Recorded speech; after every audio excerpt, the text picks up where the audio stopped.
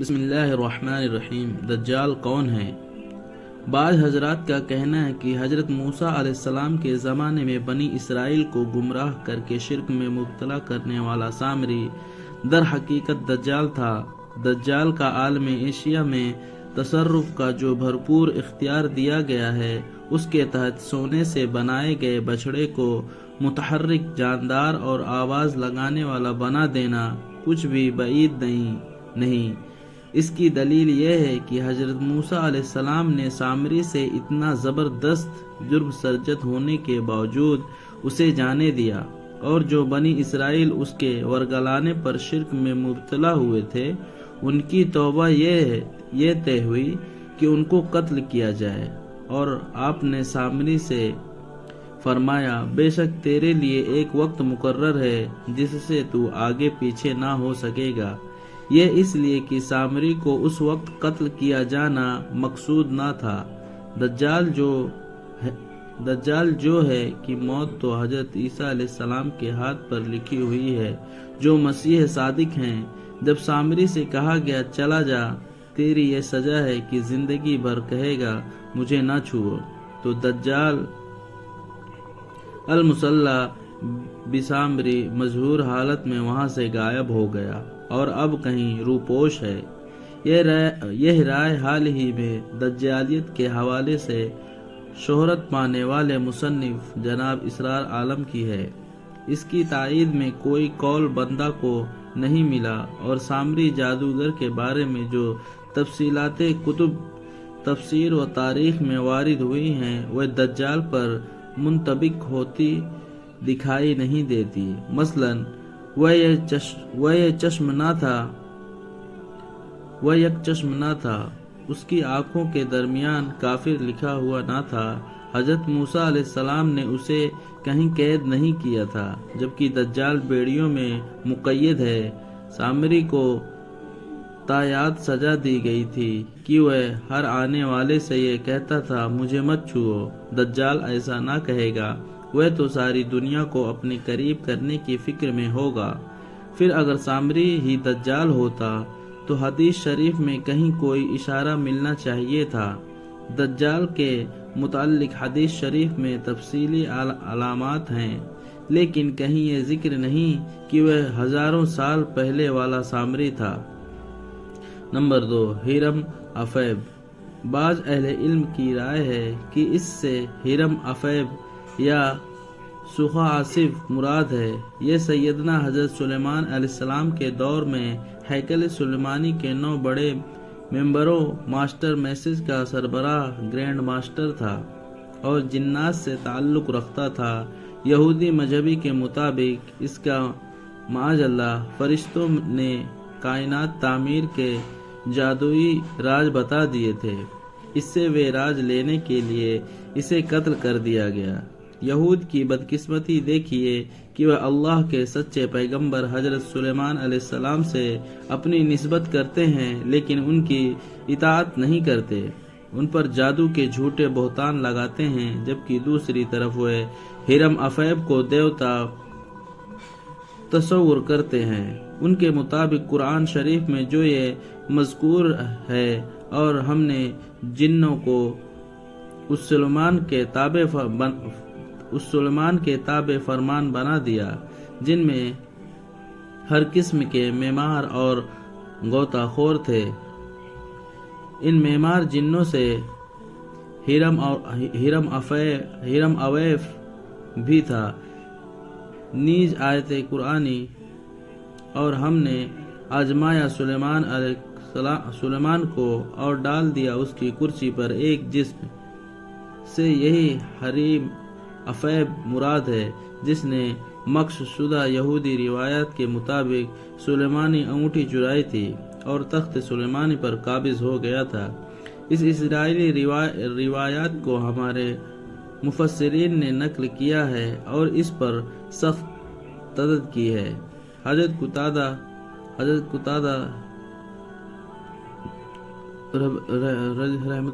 رضی اللہ عنہ یہ روایت بیان کرتے ہیں، جو علامہ ابن کثیر رحمہ اللہ کے مطابق یہودی علماء سے لی گئی ہے۔ حضرت سلیمان علیہ السلام کو حکم دیا گیا کہ بیت المقدس اس طرح تعمیر کریں کہ لوہے کی کوئی آواز سننے میں نہ آئے۔ انہوں نے بہت کوشش کی لیکن کامیاب نہ ہو سکے۔ تب 151-274 ایک جن کے بارے میں سنا جس کا نام سخیہ یا آصف تھا۔ وہ اس تکنیز سے آگاہ تھا۔ حضرت سلیمان علیہ السلام نے آصف کو بلوایا۔ اس نے ہیرے کے 7 پتھروں کو کاٹنے کا عمل دکھایا۔ اس طریقے سے شرط پوری ہو گئی، چنانچہ ہیکل سلیمانی یا بیت المقدس تعمیر ہو گیا۔ ایک دن حضرت سلیمان علیہ السلام غسل کے لیے جا رہے تھے۔ انہوں نے اپنی انگوٹھی آصف کے حوالے کی۔ یہ اور سلیمان علیہ السلام کی سلطنت کی مہر تھی۔ ایک روایت کے مطابق سلیمان علیہ السلام نے یہ انگوٹھی اپنی کو دی، جس کو آصف نے لے لی۔ آصف نے یہ انگوٹھی سمندر میں پھینک دی اور خود سلیمان علیہ السلام کا روپ دھار لیا، اپنا چہرہ اور وضع کرتبہ تبدیل کر لی۔ اس طرح آصف نے سلیمان علیہ السلام کی سلطنت اور تخت چھین لیا۔ آصف نے سلیمان علیہ السلام کی ہر چیز پر اختیار حاصل کر لیا سوائے بیویوں کے۔ اب اس نے ایسی بہت سی چیزیں کرنا شروع کر دی جو اچھی نہیں تھی۔ حضرت سلیمان علیہ السلام نے ایک صحابی تھے، جس طرح عمر رضی اللہ عنہ حضرت محمد صلی اللہ علیہ وسلم کے صحابی تھے۔ ان کو صبح ہو گیا کہ سلیمان علیہ السلام کے روپ میں آصف ہے۔ چنانچہ انہوں نے آصف کا امتحان لیا۔ ساتھی نے آصف سے ایک سوال پوچھا جس کا جواب اس نے تورات اور تعلیمات کے خلاف دیا۔ اب سب اندازہ ہو گیا کہ یہ شخص سلیمان علیہ السلام پیغمبر نہیں کا۔ حضرت سلیمان علیہ السلام نے اپنی سلطنت بھی واپس لے لی اور آصف کو گرفتار کر لیا۔ تفسیر ابن کثیر۔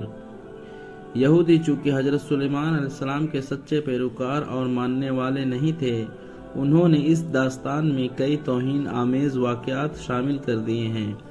علامہ ابن کثیر رحمہ اللہ فرماتے ہیں، اہل کتاب یہودیوں کا ایک گروہ اس بات پر ایمان نہیں رکھتا تھا کہ حضرت سلیمان علیہ السلام اللہ کے پیغمبر ہیں، اس لیے زیادہ امکان یہی ہے کہ ایسے لوگوں نے یہ داستانیں وضع کر لی ہے۔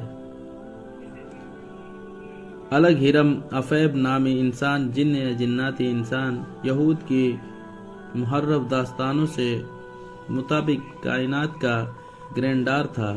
اس مقدس ہیکل کے قلب پر لے جایا گیا۔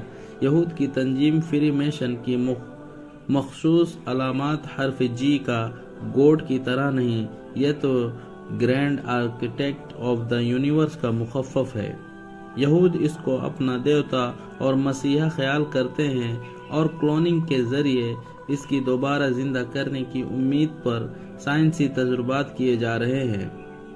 فری میشن کی تیسری ڈگری کی تقریب یہ آخری ڈگری ہے جو غیر یہودی کو دی جاتی ہے۔ میں یہ الفاظ استعمال ہوتے ہیں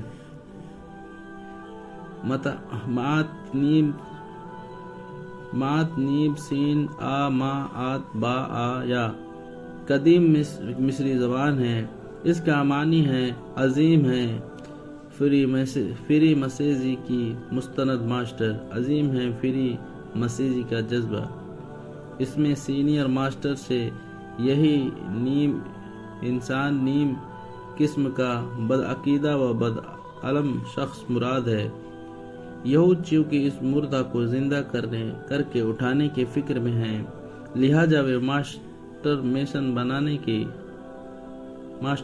بنانے کی تقریب کو رائز یعنی اٹھانے کی تقریب کرتے ہیں، بنانے کی ترکیب نہیں کہتے۔ یہود کو اپنے ماسٹر کو اور کائنات کو گرینڈر گیسٹسٹ کی نوعیت کو جینٹک سائنس میں مہارت کے ذریعے اٹھانے کی امید ہے۔